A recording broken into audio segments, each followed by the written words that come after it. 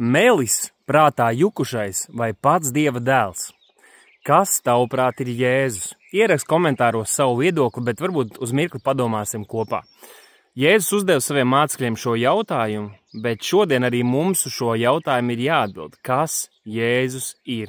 Un, manuprāt, pastāv tikai 3 iespējas. Pirmkārt, iespējams, ka viņš bija melis vai krāpnieks. Varbūt, ka tas viss bija vienkārši izdomāts, bet tajā pat laikā tas mums neatbild uz jautājumu, kamdēļ tad viņa kalpošanā notika tik daudz zīmes un brīnumu. Pat viņa ļaunākie ienaidnieki teica, nē, tādas lietas nespēja darīt neviens, ar kuru nav pats Dievs. Viņš dziedināja slimos, viņš izdina ļaunos garus, viņš atbrīvoja cilvēkus, bija cilvēki, kuri bija bezcerīgos stāvokļos un notika pārbis lietas viņa dzīvē, viņiem sastopoties ar Jēzu.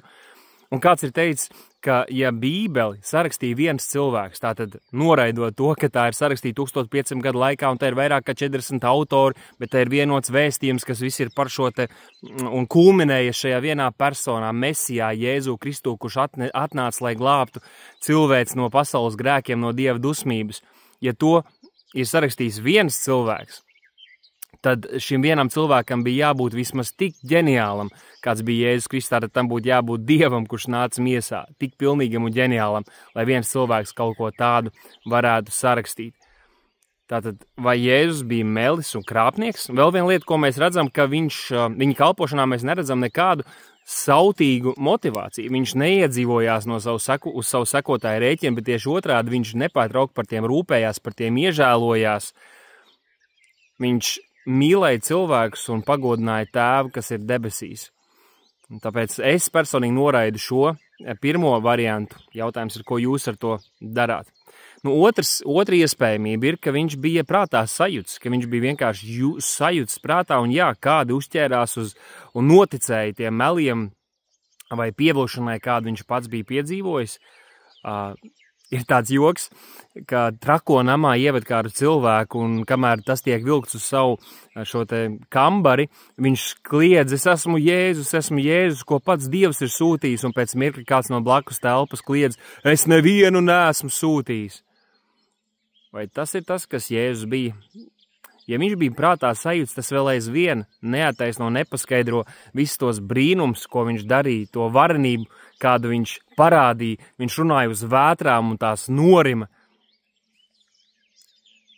Vēl vairāk, ja viņš bija jukušais, tas mums nepaskaidro, kā no viņa nāca tik daudz gudrības un atziņas, kas principā ir veidojuši rietumu pasaules skatījumu un saprašanu vairumā jautājumu, kurus mēs uzskatām par morāliem un labiem.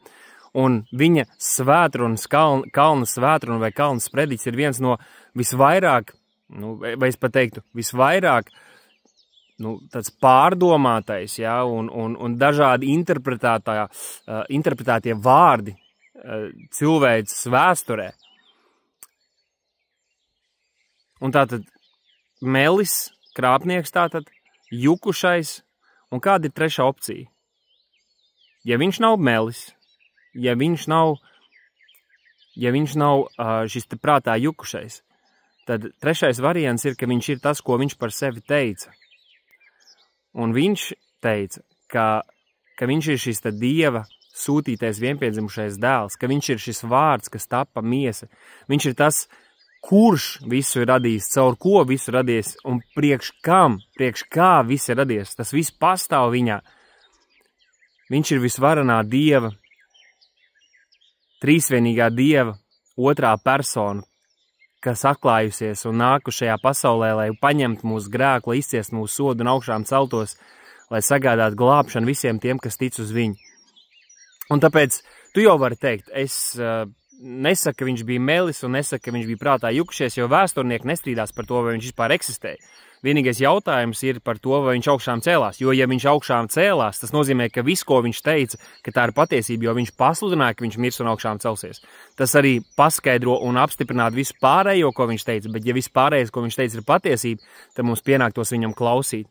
Bet cilvēki negrib nākt gaismā, cilvēki negrib paklausīt viņam un tāpēc turās pie maldiem. Bet tad atzīst, tu uzskati, ka šis vēsturiski nozīmīgais cilvēks vai persona, 100% Dievs, 100% cilvēks, bija prātā jukušais vai melis.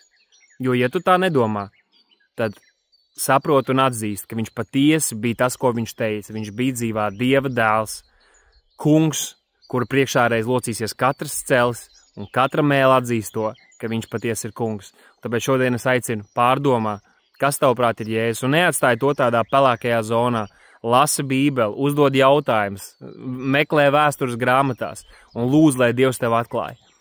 Jo uz šīs vienas atziņas patiesībā balstās tas, kur tu nonāksi mūžībā, vai nonāks debesīs vai ellē. Jo ja mēs neticam un noraidām Dieva mīlestības dāvanu, mēs aiziesim tur, ko esam, un saņemsim to, ko esam pelnījuši. Bet ja mēs uzticēsimies tam, ko Dievs ir paveicis Jēzu Kristu, ja mēs vienkārši ticēsim tam, tad mums tiks dāvāt dāvana, kas ir mūžīgā dzīvība. Attiecības ar Dievu, sadraudzība ar viņu, un mūsu dzīves mainīsies. Ne tam dēļ, ka mēs gribam kaut ko nopelnīt vai censties, lai Dievam esam patīkam, nē, bet tam dēļ, ka Jēzus ir mūsu kungs, tam dēļ, ka Jēzus ir paveicis darbu pie mums, mūsu dzīve mainīsies, un to es jums novēlu.